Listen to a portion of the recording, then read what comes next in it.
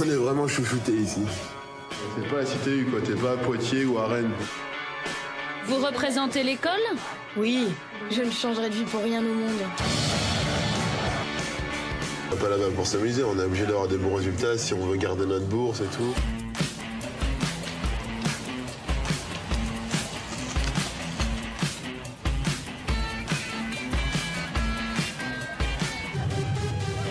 Lexington, au centre des États-Unis. C'est dans cette ville de 300 000 habitants que se trouve l'université du Kentucky.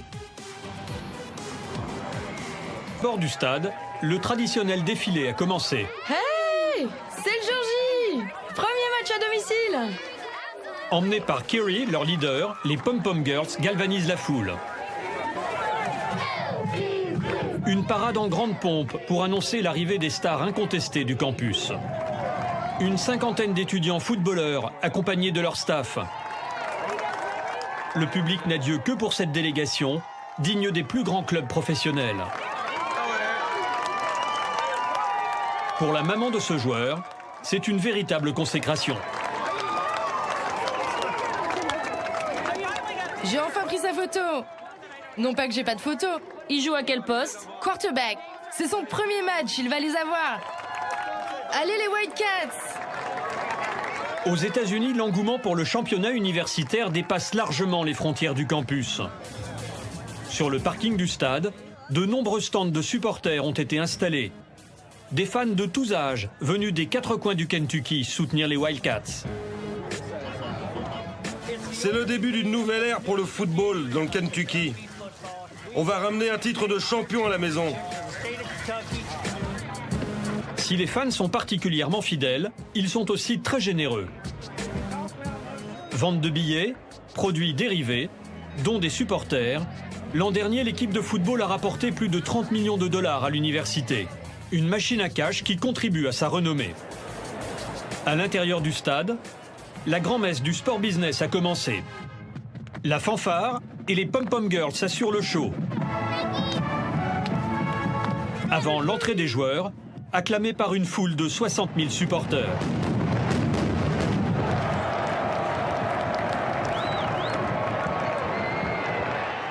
Aux premières loges du spectacle, un jeune Français de 22 ans, Tom Jomby.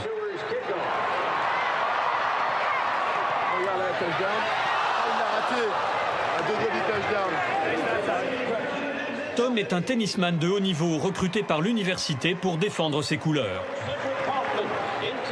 En 2013, l'équipe de tennis a remporté le championnat régional, emmené par leur capitaine Anthony Rossi et Tom Jomby.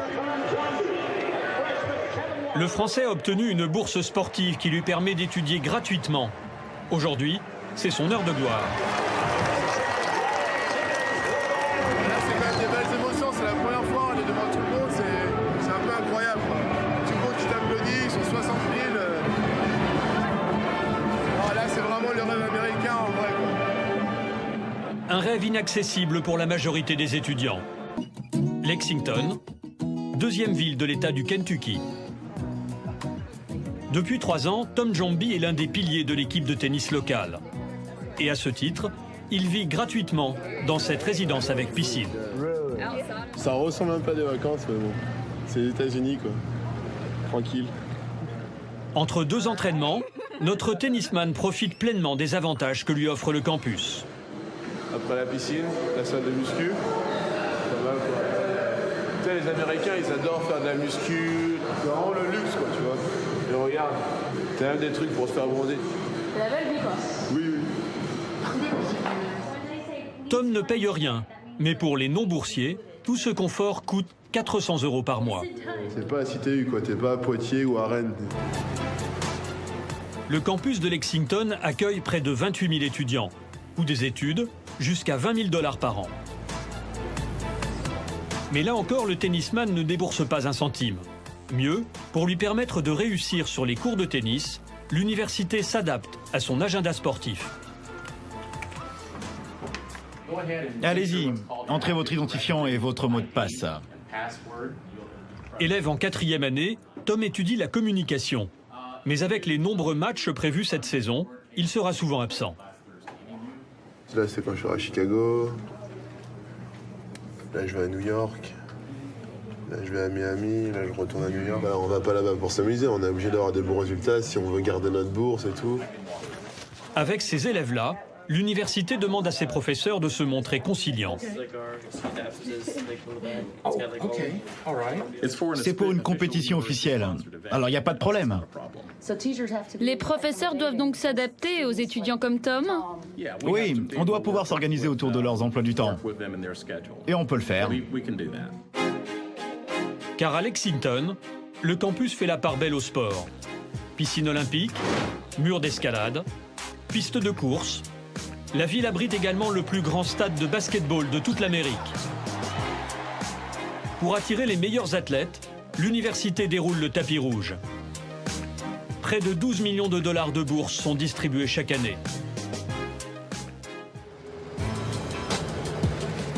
Mais l'emploi du temps de ces étudiants sportifs n'est pas de tout repos. 8 h du matin, la plupart des élèves dorment encore. Tom, lui, retrouve le chemin des vestiaires. Ça.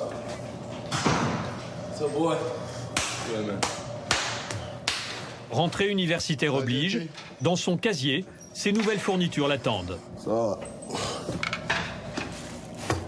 Bah là c'est aujourd'hui c'est le jour de la surprise un peu. J'ai reçu toutes mes nouvelles affaires. Donc bah j'ai reçu tous mes trucs avec marqué UK, genre pull. Des cadeaux siglés d'une grande marque d'équipements sportifs, le sponsor officiel de l'université. Les raquettes là, ils viennent de m'en donner 5, ou 200 € une raquette. Donc déjà rien que la raquette, il y en a pour 1000 €. Donc on est vraiment... Vous êtes chouchoutés ici? On est vraiment chouchoutés ici.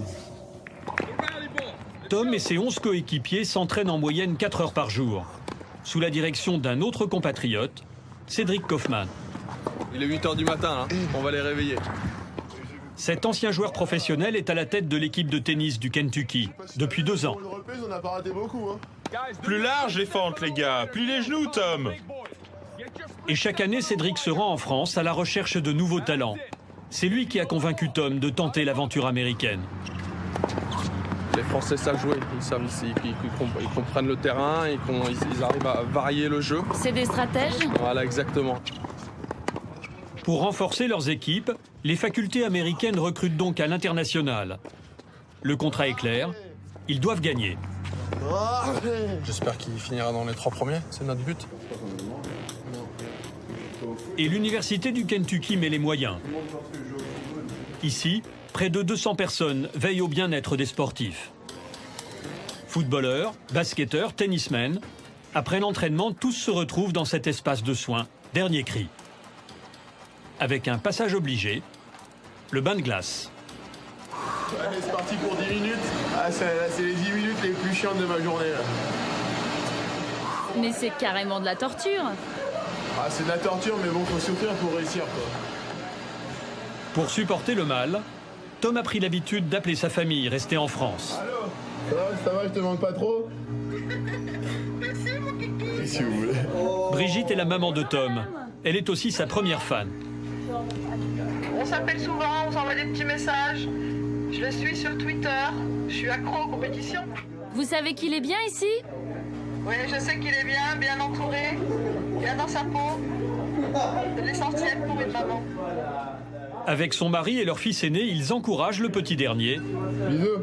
Depuis La Roche-sur-Yon. Ça va, Charlie? Sur les campus américains, les athlètes ne sont pas tout à fait des étudiants comme les autres. Chaque année, ils rapportent près de 100 millions de dollars à l'université. Sur la première marche du podium, les footballeurs américains et leurs incontournables pom-pom girls.